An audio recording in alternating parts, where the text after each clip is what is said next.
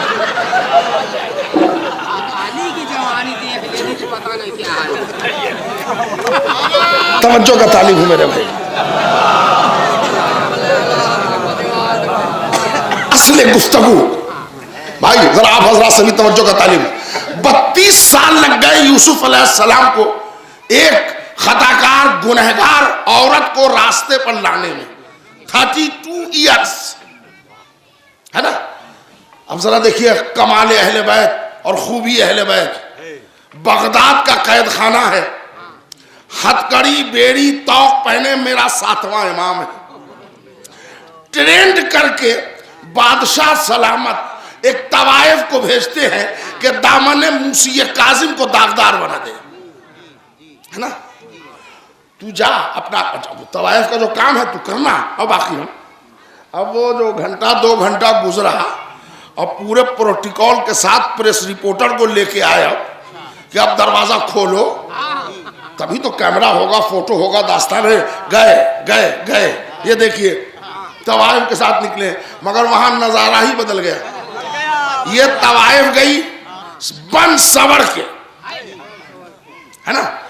ہمارے مولا نماز پڑھ رہے تھے، تو نماز میں جب سلام پھیری تو ایک نظر جو فطری ہے اٹھ جاتی ہے، وہ ایک فطری نظر اٹھ گئی امام کی، تو آئی کانٹیکٹ ہو گیا طوائف میں اور 7ویں امام، بس ایک مرتبہ ہوا، کوئی 10 سیکنڈ بھی نہیں لگا ہوگا کانٹیکٹ ہونے میں، اس کے بعد امام نے پھر دوسرے نماز کی نیت کر لی۔ جب یہ 2.5-3 گھنٹے کے بعد بادشاہ سلامت گئے پورے پروٹوکول کے ساتھ، تو وہاں منظر ہی بدلا ہوا تھا، ایک طرف مصلی پر 7ویں امام تھے، دوسری طرف طوائف تھے۔ نتیجہ آپ کے سامنے، یہ واقعہ پڑھنا میرا مقصد نہیں ہے، جو کام نبی کو کرنے میں 32 سال لگے، امامت کو وہ خدمات انجام دینے میں 32 سیکنڈ نہیں لگے۔ میرے بھائی ذرا کمال تو دیکھیں آپ، ایک صلوات بر محمد اور آل محمد، ہے نا میرے بھائی۔ تو کمال میں اہل بیت سب سے افضل، کردار میں سب سے افضل، نگاہوں میں، بات چیت کرنے میں، عطا میں، سخاوت میں، کوئی ایسا صنف ہے ہی نہیں جس میں اہل بیت میں عیب لگایا جائے۔ تو یہ جو بیچارے حاسدین پیدا ہو گئے، وہ یہ بھی تو نہیں کہہ سکتے کہ ان میں یہ کمی ہے ہم اس لیے جل رہے ہیں، ہے نا۔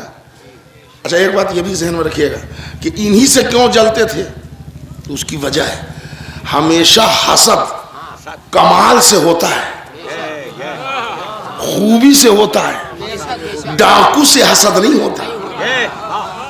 ایک آدمی پی ایچ ڈی کیے وہاں کوالیفائڈ ڈاکٹر بن کے آیا تو ہمارے دل میں حسد ہو سکتا ہے، یا اللہ ہمارا بیٹا بھی اس ہی ڈاکٹر ہو جاتا ہے، یہ ہو سکتا ہے۔ لیکن اگر ایک ڈاکو 11 آدمی کا مرڈر کر کے آیا ہے تو ہم کو حسد نہیں ہوگا، یا اللہ ایک اولاد ایسا بھی دے دے کہ اس سے اعلیٰ ڈاکو ہو جائے۔ چور اور ڈاکو سے حسد نہیں ہوتا، کردار سے حسد ہوتا ہے، بیڈ کیریکٹر سے حسد نہیں ہوتا، ہے نا۔ یہ بات ہوتا ہے اہل بیت کے اندر، کردار ہی کردار ہے، فضیلت ہی فضیلت ہے، مگر بیماری ایسی ہے کہ وہ اظہار نہیں کر سکتے کہ ہم کو ہے کیا۔ تو اب مورخین نے دامن بچانے کے لیے ذرا اسکیپ کیا کہ اصل میں دیکھیے جو تلوار چلی نا اس کی وجہ دوسری ہے۔ کیا ہے وجہ؟ کہنے لگے یہ لوگ جوڑواں پیدا ہوئے تھے، ٹوین، اور پشت ملا ہوا تھا یا گردن ملی ہوئی تھی، جو بھی تھا، ہاتھ پیر جو بھی ملا ہوا تاریخ، ان کو تلوار سے الگ کیا گیا. تو ماہر علم فلکیات نے، نجومی نے پریڈکشن کیا تھا، پیشن گوئی کی تھی کہ اب چونکہ تلوار سے الگ کیے گئے ہیں لہذا ان کی نسل میں تلوار چلے گی. ہم نے پوری تاریخ پڑھی ہے، ہم تو تاریخ کے طالب علم ہیں. جناب ہاشم میں اور عبد شمس میں اتنی محبت تھی جو الگ کیے گئے تھے کہ لوگ ان کی محبت کی داستان سناتے تھے. یہ دوسری نسل میں عداوت اور حسد کا بیج حرب کے دل میں پیدا ہوا، اس لیے کہ ہاشم نے قحط کے زمانے میں دسترخوان عام کر دیا، کھاؤ دن رات کھاؤ، جب جی چاہے کھاؤ، جتنا جی چاہے لے جاؤ. تو انہوں نے بھی دسترخوان بچھا دیا، مگر اوریجنل ہوتا ہے. اب وہ سامنے کرسی لگا کے بیٹھے، کہہ لے تم پھر آ گئے، 2 گھنٹہ پہلے تو تم کھا کے گئے تھے. اور انہوں نے کہا ارے یہ کیا لے کے آئے ہو؟ وہ کہنے لگے ہماری چچی بیمار ہے، وہ نہیں آ سکی تھی تو میں ان کے لیے، میں نے تم کو جتنا کھانا ہے کھاؤ، یہاں بانٹنے کے لیے نہیں بیٹھا ہوں. تو کہنے والے نے کہا کہ تو نے بہروپ کیا تھا، مقابلہ ہاشم کا کر رہا ہے، لعنت تو تجھ پر اور تیرے دسترخوان پر. کہہ کے پھر چلے گئے ہاشم کی طرف. دسترخوان وہ لنگر تھوڑی دیر کے بعد ویران پڑ گیا، اس لیے کہ بد اخلاقی سے تام نوشی نہیں ہوتی. اجڑ گیا معاملہ. تو اب وہاں سے یہ حسد کا دور شروع ہوتے اسلام آ گیا. ٹھیک ہے، کچھ لوگ رسول اللہ سے حسد کرنے لگے کہ یہ ہمارے خداؤں کو برا بھلا کہتے ہیں، لیکن جب ان کو اللہ سمجھ میں آ گیا تو پھر محبت ہو گئی. کچھ لوگ ان کی رسالت کے قائل نہیں تھے تو کافر تھے. جب حضور نے کنونس کیا اور نبوت بھیجے میں اتر گئی تو وہ لوگ مسلمان ہو گئے، تو پھر وہ بھی آ گئے راستے پر. لیکن یہ جو حاسدین کی جماعت ہے وہ مقابلے میں چلتی رہی. پورے طور پر چاہتے تھے کہ مصطفیٰ کو صفحہ ہستی سے مٹا دے، اس لیے کہ خاندان ایک ہے، ہمارا گراف گر جاتا ہے ان کی وجہ سے. ہم چاہتے ہیں مگر یہ کچھ کرنے نہیں دیتے. معاملہ ہوتے یہاں تک آ گیا کہ ایک دن انہوں نے بچوں کو بھیجا کہ مار کے پتھر سے، کوئی مقدمہ نہیں ہوگا بچوں پر، کوئی کیس نہیں ہوگا. تو بچوں نے پتھر مارا تو دوسرے ہی دن پتھر پلٹ گئے. وہ کہہ لے آج کیا ہوا؟ کیا حمزہ آئے تھے؟ کہنا ابو طالب آئے تھے؟ کہا نہیں، ایک بچہ ہی آیا تھا. تو بچے کا جواب بچے سے دیا گیا. کہنے اس بچے کا نام کیا تھا؟ وہ کہنے وہ نام تو لوگوں نے علی بتایا. تو اب دوسرے دن ہوا کہ آج پھر پتھر لے کے جاؤ، تو سب نے کہا ہم جائیں گے، علی کے مقابلے میں نہیں جائیں گے. ٹھیک، کوئی بات نہیں. وہ اس میں بھی فیل ہو گئے. تو انہوں نے پھر ایک دن پروگرام بنایا کہ سوتے میں ان کو ٹکڑے ٹکڑے کر دیں. تو اللہ نے وہاں دوسرا نیٹ ورک چلا دیا، ان کی جگہ علی کو سلا دیا. یہ نکل لے گئے. حضور سدھار گئے اور جب چادر پلٹی تو انہوں نے کہا پھر کام بگڑ گیا. انہوں نے الجھا دیا ہم کو. اے بھائی تم سوئے ہو، محمد کہاں گئے؟ تو علی نے آنکھ ملتے ہوئے کہا ہمارے حوالے کر گئے تھے. کہنے پھر گیا. ٹھیک، آگے بڑھے، حضور چلے آئے. انہوں نے کہا چلو تم رہو، حاسدین ہو حسد میں چلتے رہو، ہم کو مطلب نہیں، ہم چلے. شہر چھوڑ دیا، مدینے آ گئے. لیکن آپ کا حسد کم نہیں ہوا، لشکر لے کے مدینے آ گئے. جب مدینے آ گئے تو وہی مکے والا مدینے میں بھی آ گیا تھا. تو بدر میں ٹوٹل 70 وکٹ گرے، تنہا علی نے 35 وکٹ لیے. تو وہاں بھی کام بگڑ گیا. تو احد میں انہوں نے تو بالکل ٹارگٹ پر لے لیا تھا مصطفیٰ کو، اور قریب تھا کہ حضور قتل ہو جاتے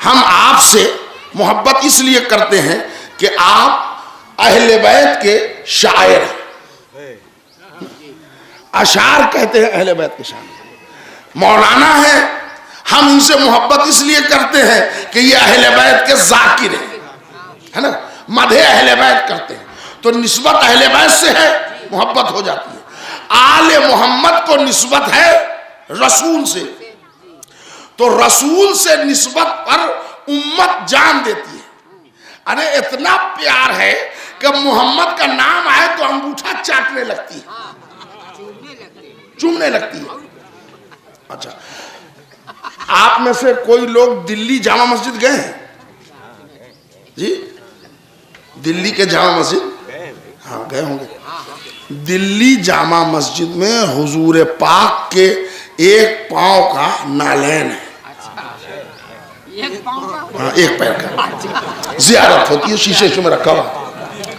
مجھے پتا چلا تو انہوں نے کہا کہ بھائی 3 بجے آئیے گا، ایک پیروی لگائی، تو میں نے کہا چلو دیکھا جائے گا، زیارت کریں گے۔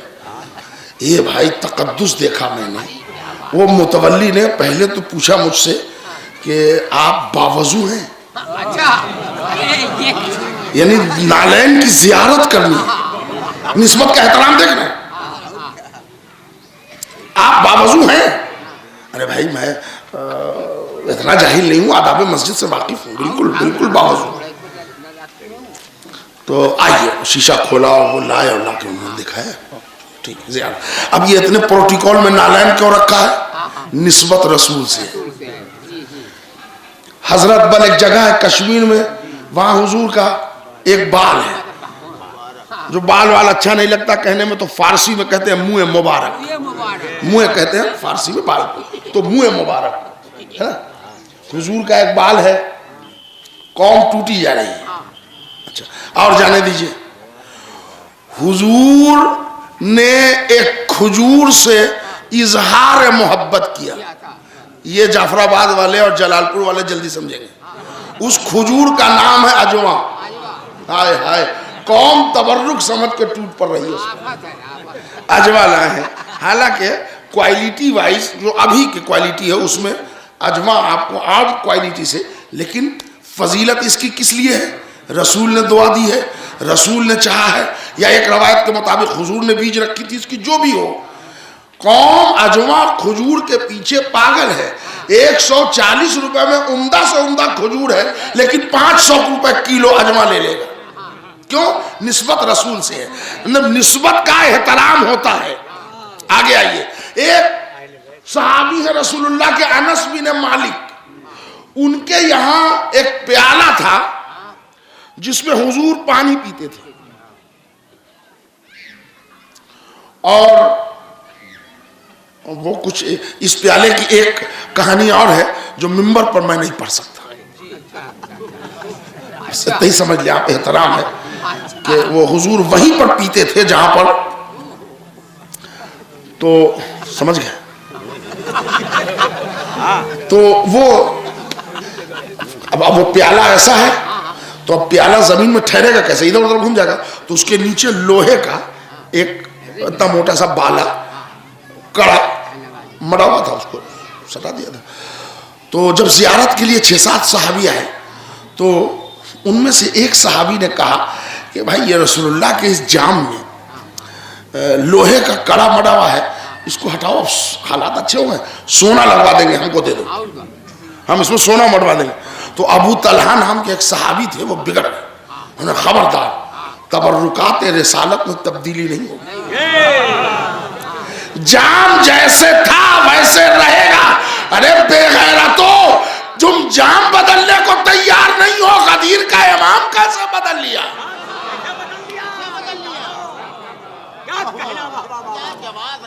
اب ذرا دیکھیے نسبت میں، اہل بیت کی رسول سے نسبت، کبھی کہہ رہے ہیں ہمارا گوشت ان کا گوشت، ہمارا خون ان کا خون، ہے نا۔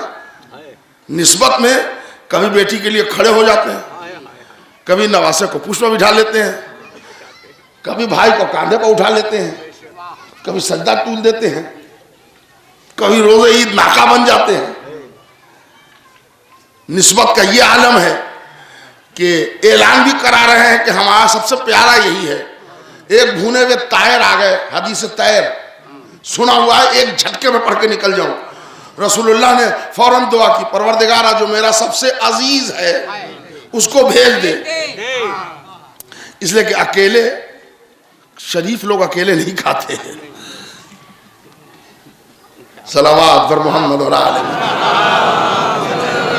اکیلے چھپ کے کھانا روح کی پرورش کے لیے مل بانٹ کے کھائیے. اور گھر میں بھی اگر کھانا کھائیں آپ لوگ تو کوشش کیجئے اپنی فیملی کے ساتھ کھائیں.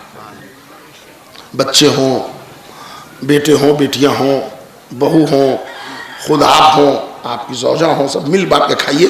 کھانے وانے میں کیا ہوتا ہے کہ میں سائیکولوجی کا اسٹوڈنٹ ہوں, وہاں گھرانے کی پرانی باتیں نکلتی ہیں تو آپ کی نسلوں میں آپ کی خاندانی تہذیب منتقل ہوگی. کیا بات ہے. تو یہ دستور آپ رکھیے. خیر, تو حضور نے کہا ہم اکیلے تو کھائیں گے نہیں, یا اللہ کسی عزیز کو دے. تاریخ گواہ ہے, ام المومنین حضرت عائشہ صدیقہ رضی اللہ تعالیٰ عنہ نے فوراً ایک آدمی کو بھیجا کہ پاپا کو, سوری, والد صاحب کو بلا لو. پاپا غلطی سے نکل گئے, والد صاحب کو بلا لو. اس لیے کہ اگر وہ آ گئے تو رسول کی دعا ہے کھٹ سے ہو جائے گی. ان کا تو پلان آگے تک کا تھا نا, ضعیف تھی بھائی, کنگ میکر کی حیثیت رکھتی تھی. ہاں جی, جس کو چاہے سرکار گرا دے, جب چاہے سرکار بنا. فوراً بھیجا. اچھا, وہ مصروف تھے صدیق اکبر, وہ بیجوں کا ٹھہرو ہم آ رہے ہیں, اور یہ ادھر مچل نہیں ہے. اب اس سے پہلے کہ دوبارہ کسی کو بھیجیں, ایکسپریس آرڈر لے کے علی آ گئے. رسول اللہ نے ہاتھ بلند کیا, پروردگارا جو میرا سب سے عزیز تھا تو نے بھیج دیا, یہ علی بھونے ہوئے طاہر آئے ہیں. ہائے ہائے ہائے, ادھر تو بھونے ہوئے طاہر حلق کے نیچے اترنے لگے, ادھر کلیجہ بھولنے لگا. جس کے لیے مرزا محمد اشفاق جیسے شاعر مرحوم نے خوبصورت شعر کہا کہ کس قدر شوہر سے تھی الفت خدا جانے, مگر آگ لگ جاتی تھی سن لیتی تھی جب دیور کا نام. صلوات بر محمد اور آل محمد. آگ لگ جاتی تھی.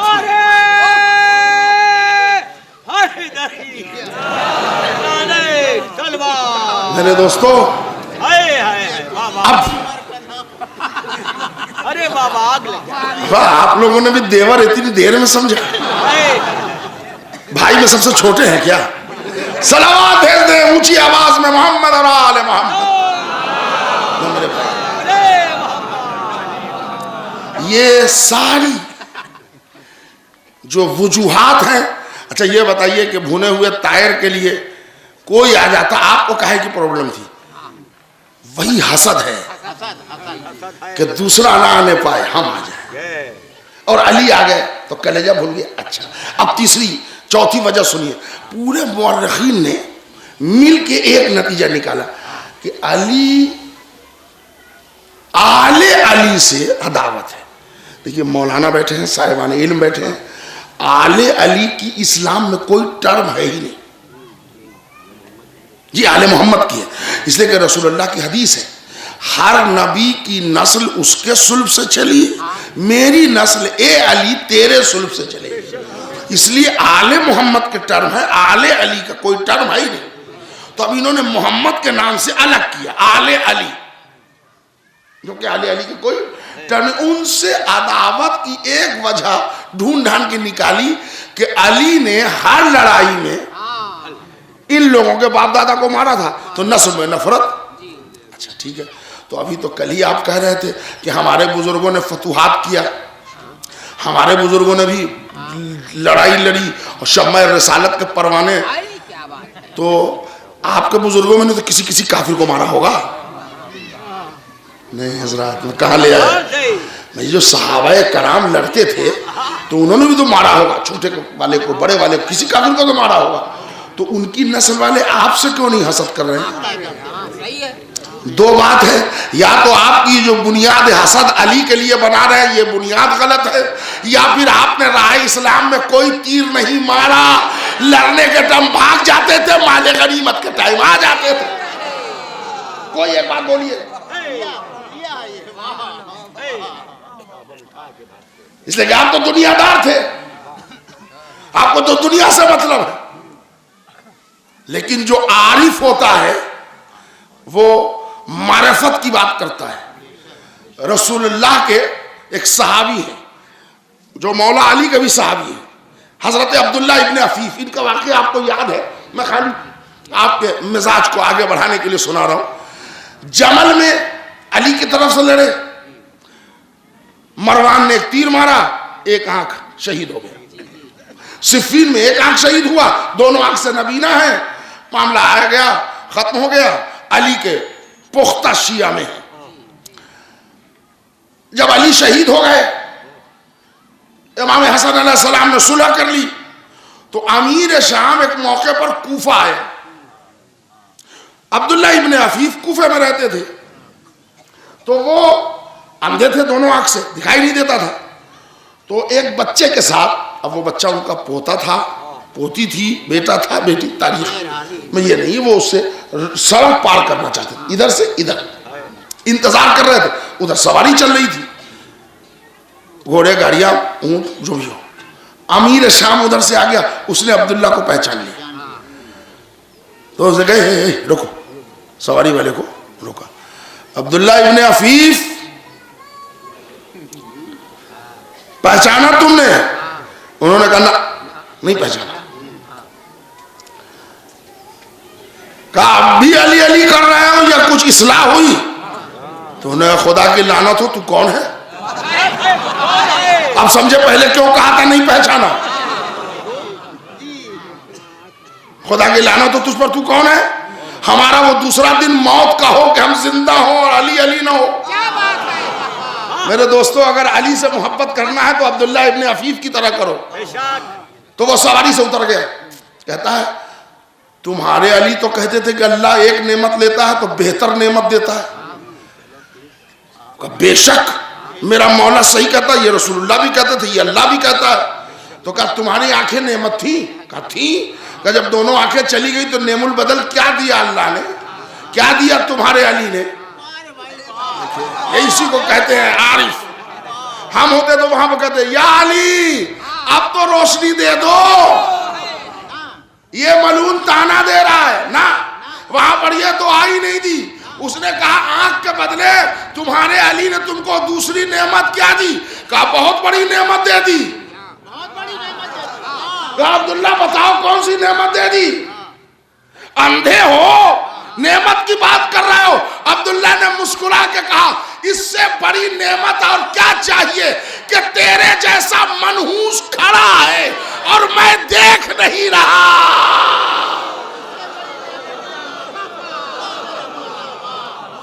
صلوات بھیج دیں محمد اور آل محمد۔ سرکار یہ عارف جب تھا۔ ایک بات یاد رکھیے گا، اہل بیت سے محبت کی کشتی پہ سوار ہے نا، ہاں تو پھر دنیا میں جنت مت ڈھونڈیے گا، یہ بیوقوفوں والی بات ہے۔ یہاں آپ کو ہوگی پریشانی، اور یہ پریشانی اسد یاور کی خطابت کی وجہ سے نہیں ہے، چھٹے امام نے کہا ہے۔ وہ آگے کسی نے کہا مولا، ایک آدمی کا دیکھیے ایک مکان تھا، اسے تیسرا خرید لیا، تیسرا، اور کہا دیکھیے وہ اس کو ترقی ہوئی جا رہی ہے اور ہم لوگ اتنی محنت کرتے ہیں۔ تو مولا نے فرمایا اس کی کسی نیکی کا صلہ ہے جو مل گیا۔ تو کہا یا مولا ہم بھی نیکی کرتے ہیں، اتنے انجمن میں چندہ دیتے ہیں، اتنی مجلس میں جاتے ہیں مسئلہ۔ تو مولا نے ایک بتائی فطری بات، مولا نے کہا نہیں اس کو تم کو نیکی کا صلہ یہاں نہیں ملے گا، یہی فرق ہے ہمارے چاہنے والوں میں اور ہمارے دشمن میں۔ ہمارے چاہنے والوں کو برائی کی سزا ملتی ہے یہاں، نیکی کی جزا ملے گی وہاں۔ ہمارے دشمن کو برائی کی سزا ملے گی وہاں، نیکی کی جزا ملے گی یہاں۔ اس لیے کہ دشمن اہل بیت پر جنت حرام ہے۔ صلوات پڑھنا محمد اور آل محمد. تو یہاں آپ راحت اور آرام کی باتیں تو کمال سب اہل بیت میں، اوصاف سب اہل بیت میں، لیکن اس کے بعد حسد عداوت صرف اس بات پر کہ یہ آل محمد نہ ہوتے تو ہم اللہ کا نام مٹا دیتے. اصلاً ان کو عداوت ہے اللہ سے. اللہ ان کو کھوجنے سے ملا نہیں، مل گئے رسول اللہ تو انہوں نے رسول کو مارنا چاہا. وہاں آ گئے سامنے علی، اور علی کے سامنے ان کی دال گلتی نہیں تھی، اس لیے کہ بڑے بڑے کے اوسان خطا ہو جاتے تھے علی کے نام پر. وہ ہجرت کا ایک منظر آپ کو یاد ہے، میں پڑھ چکا ہوں، دوبارہ پڑھ رہا ہوں کہ ہجرت کے ٹائم کئی ابو مل کے آ گئے 250 لوگوں کو لے کے، اور علی اماریاں باندھ رہے تھے عورتوں کو لے جانے کے لیے. تو انہوں نے کہا یہ 250 لوگ کیوں آئے ہیں؟ کہ لے علی کو قتل کریں گے. تو علی نے کہا اب میں ایک آدمی کو بھیجو، آؤ. وہ آ گئے. انہوں نے کہا کس لیے آئے ہو؟ کہا یہ علی آپ کی وجہ سے ان لوگوں نے رسول اللہ کو لوز کر دیا تو یہ لوگ آپ کو ماریں گے، قتل کریں گے، اس لیے آئے ہیں. اچھا تو سردار کون ہے؟ کہا بھائی ابو سفیان. اچھا کہ ٹھیک ہے، ہم جب تک تلوار لے کے آتے ہیں جب تک میرا پیغام اپنے ابو سے کہہ دو کہ جو روزانہ ہمارے ہاتھ پکڑ لیتا تھا آج وہ شہر میں ہے نہیں، ہم آ رہے ہیں تلوار لے کے. اس نے آئے کہا علی نے کیا کہا تھا دھیرے سے؟ کہ علی نے یہ کہا کہ ذرا سا آپ بھی ہوشیاری سے سن لیجئے. وہ یہ کہہ رہے تھے کہ جو روزانہ ہمارے بازو پکڑ لیتا تھا آج وہ اس شہر میں ہے نہیں. تو انہوں نے کہا خطرہ ہے، نکلو، چلو آؤ، بعد میں دیکھا جائے گا، آؤ آؤ آؤ، اپنے باپ دادا کی سیرت پر عمل کرو، گھر چلو. تو علی کے سامنے ان کو چلتی نہیں تھی. اب سوال ہے محبان اہل بیت کو کیوں مار رہے ہیں؟